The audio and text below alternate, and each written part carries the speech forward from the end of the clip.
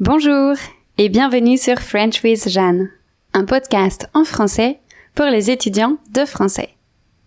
L'épisode du jour est très spécial. C'est le tout premier hors-série. Aujourd'hui, ce n'est pas moi que vous allez écouter, mais l'une de mes amies. Elle s'appelle Marion et elle a accepté de vous parler de sa vie. Avec sa douceur et son authenticité, elle va vous présenter son métier, vous raconter ses nouvelles aventures de jeune maman et vous parler de ses passions. Elle va même vous donner une idée de cadeau de Noël à faire soi-même. Marion a utilisé son portable pour enregistrer ses audios et j'ai fait le maximum pour améliorer le son. Malheureusement, le volume reste assez bas, alors je vous conseille d'utiliser des écouteurs. Pour voir la transcription de cet épisode, venez vous abonner sur mon site web www.frenchwithjeanne.com. Pour 5 € par mois, vous aurez accès au texte de tous les épisodes passés et futurs.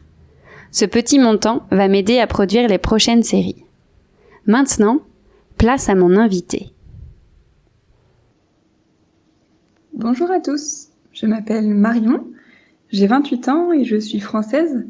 Je suis une amie de Jeanne depuis le collège, donc depuis 15 ans. Et je vais aujourd'hui vous parler un petit peu de ma vie. Je suis professeure des écoles. J'ai passé le concours de l'éducation nationale en 2015. Je l'ai obtenu. Et j'ai eu depuis longtemps l'envie d'être professeure des écoles, surtout pour être avant tout avec des jeunes enfants. C'est un public qui me correspondait plus par rapport aux plus grands comme les collégiens. J'avais très envie de transmettre, d'échanger, de partager. J'aime beaucoup cette mission au quotidien, de me dire que nous les professeurs, nous sommes là pour préparer les enfants à un bel avenir, leur apprendre à penser par eux-mêmes, et puis surtout à vivre ensemble. Je pense que en ce moment, ce sont des choses vraiment essentielles. Et j'aime me dire qu'on peut leur transmettre les notions de respect, de bienveillance, tout ce que l'on partage avec un groupe classe au quotidien. Je me sens donc utile dans ce métier de professeur des écoles. J'aime me dire que j'apporte un petit plus, une petite pierre pour essayer de construire une société encore plus belle. Alors, j'occupe un poste spécifique en tant que professeur des écoles puisque je suis professeure remplaçante. C'est un poste qui existe dans l'école publique en France. En fait, je suis rattachée à une école qui fonctionne, qui a sa classe, ses professeurs, et moi je suis en professeur supplémentaire. Et donc s'il y a besoin de venir remplacer un professeur, je suis appelée en priorité dans cette école, mais je peux aussi être appelée dans toutes les écoles aux alentours. Je peux donc remplacer de la petite section, des enfants qui arrivent à l'école à l'âge de 3 ans, jusqu'au CM2, donc les enfants juste avant le collège qui ont entre 11 et 12 ans. Alors c'est un poste plutôt spécifique, qui présente des avantages et des inconvénients. L'inconvénient, c'est que c'est quand même beaucoup de stress, c'est-à-dire que quand la semaine débute, je ne sais pas forcément où je vais aller. Donc le matin, je me rends dans mon école de rattachement et je dois surveiller mon portable, puisque à tout moment, je peux être appelée pour venir remplacer au pied levé en fonction des absences des professeurs, que ce soit des professeurs absents à la journée en raison d'une maladie, ou des professeurs absents sur un plus long terme, des professeurs qui ne vont pas revenir pendant 1 mois par exemple, donc c'est pas la même chose. Donc il y a la pénibilité de ce stress et puis ça demande aussi une adaptation vraiment quotidienne, c'est-à-dire que je peux intervenir le lundi en petite section, comme je vous disais, et puis le lendemain être appelé avec des CM2, partir à la piscine, enfin, voilà. Il n'y a pas grand-chose de programmé, donc il faut pouvoir s'adapter au quotidien. Mais c'est aussi un poste qui présente des avantages, puisque j'ai un petit peu moins de préparation, ne sachant pas toujours où je vais. J'ai un petit peu moins de correction aussi quand la journée se termine et que je ne retombe pas dans une classe, eh bien, il y a moins de préparation pour le lendemain.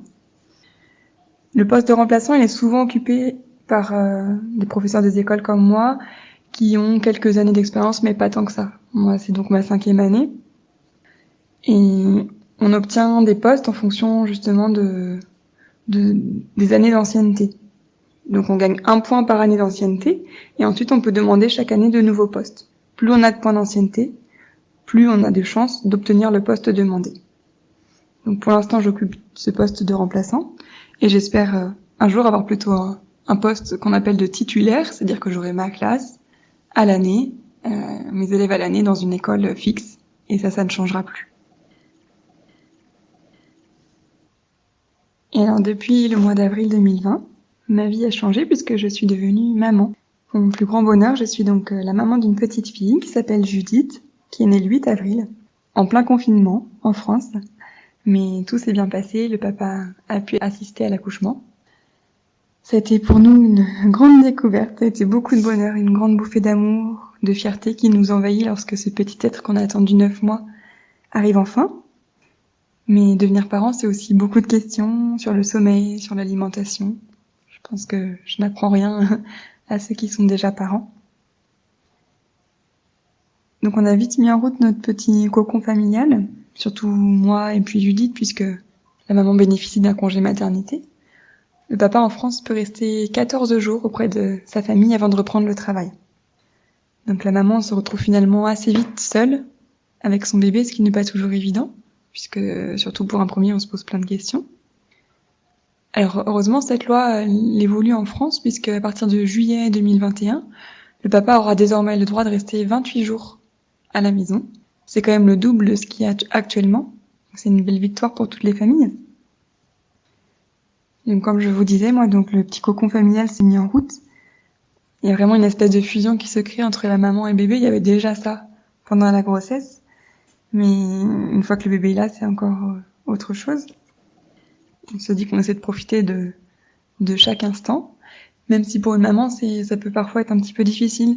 Il y a bien évidemment ce bonheur d'être maman, de tenir son bébé dans les bras.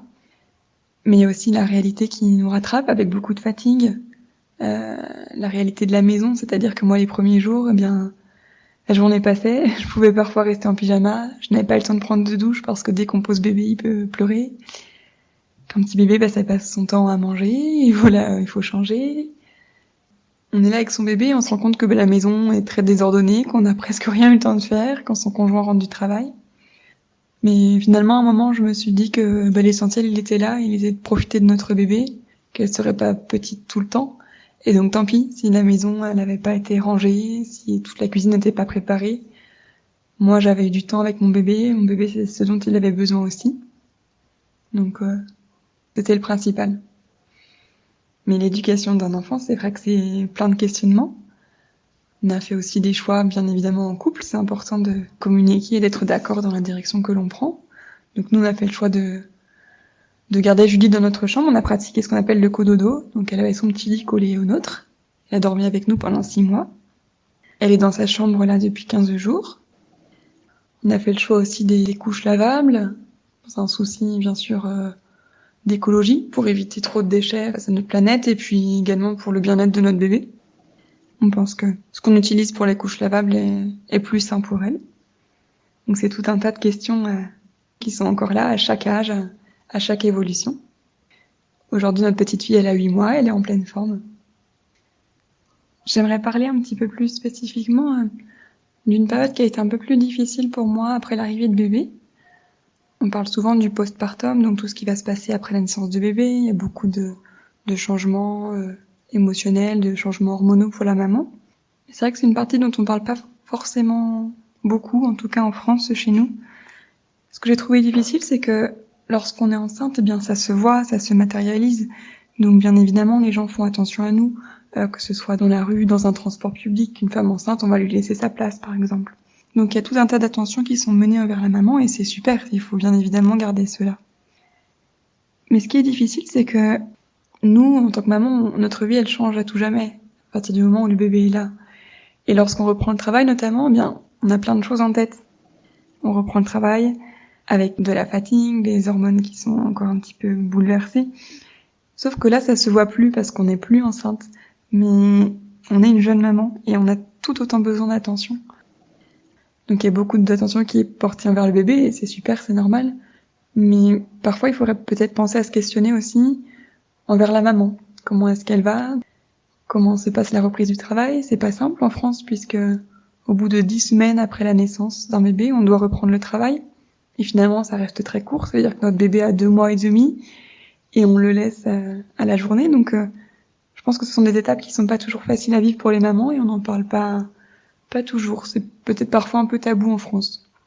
On a eu un bébé, donc on est censé être en pleine forme et tout doit bien aller. Et d'un côté, c'est vrai. Mais il y a aussi ces aspects-là qui sont plus difficiles puisque notre vie, elle change à tout jamais. On reprend le travail, mais il ne sera plus jamais comme avant. Et j'ai lu récemment une phrase que je trouvais très intéressante qui retrace un petit peu ça. J'ai lu qu'on disait que la naissance était un pur bonheur, et c'est vrai. Dans une naissance, on célèbre la vie. Mais il y a aussi un aspect dont on parle moins, c'est qu'en fait, quand la naissance arrive, quelque part, il y a un petit deuil de la maternité pour la maman, puisqu'on a porté le bébé quand même 9 mois. Et c'est aussi un deuil de ce qu'on était avant. Pour un jeune couple, ça y est, on sera plus jamais 2, on sera 3. Donc bien évidemment, c'est plein de bonheur.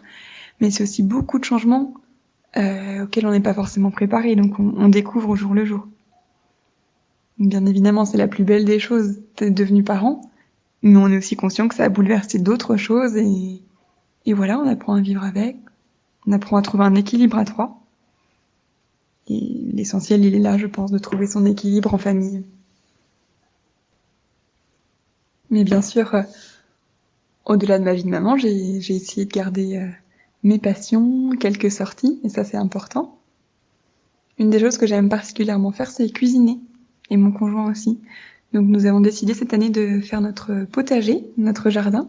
Cet été, on a réussi à faire pousser des tomates, des poireaux, des oignons, des courgettes, des butternuts, des fraises aussi, et des carottes. Et c'est un régal de pouvoir cuisiner les légumes de son jardin. On essaie chaque semaine de chercher de nouvelles recettes, de manger des choses assez locales qui ne viennent pas de trop loin, et dans la mesure du possible des choses saines. Et une autre passion que j'ai découverte cette fois-ci quand j'étais enceinte, puisque j'ai eu un petit peu de temps avant la naissance de bébé, c'est la couture.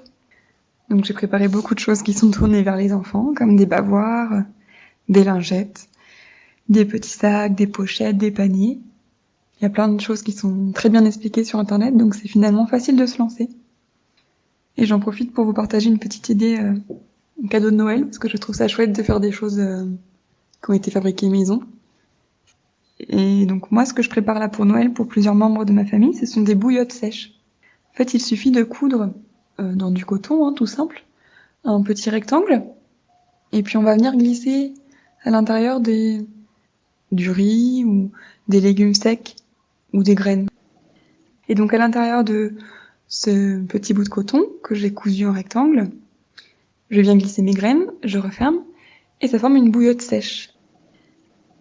On peut la passer au micro-ondes, on peut la mettre entre 30 secondes et 1 minute en fonction de son appareil, ou alors la positionner sur une source chaude comme un radiateur chaud, et ensuite on vient poser cette bouillotte sur les épaules ou sur la nuque, un endroit qui soulage les tensions et qui fait du bien. Donc voilà, c'est mon idée de cadeau pour Noël que je vais préparer en ce moment pour pouvoir l'offrir. Eh bien j'en profite, puisque j'arrive à la fin de mon histoire, pour vous souhaiter à tous de très belles fêtes de fin d'année. Je vous souhaite de pouvoir passer du temps en famille et de prendre bien soin de vous. Au revoir. Alors, vous avez tout compris ? Vous devez être habitué à m'entendre parler. Donc je suis sûre que cet épisode était un petit challenge de compréhension orale. En tout cas, j'espère que vous avez apprécié ce petit cadeau de Noël en avance. Comme Marion, je vous souhaite d'excellentes fêtes de fin d'année et on se retrouve en 2021. À bientôt!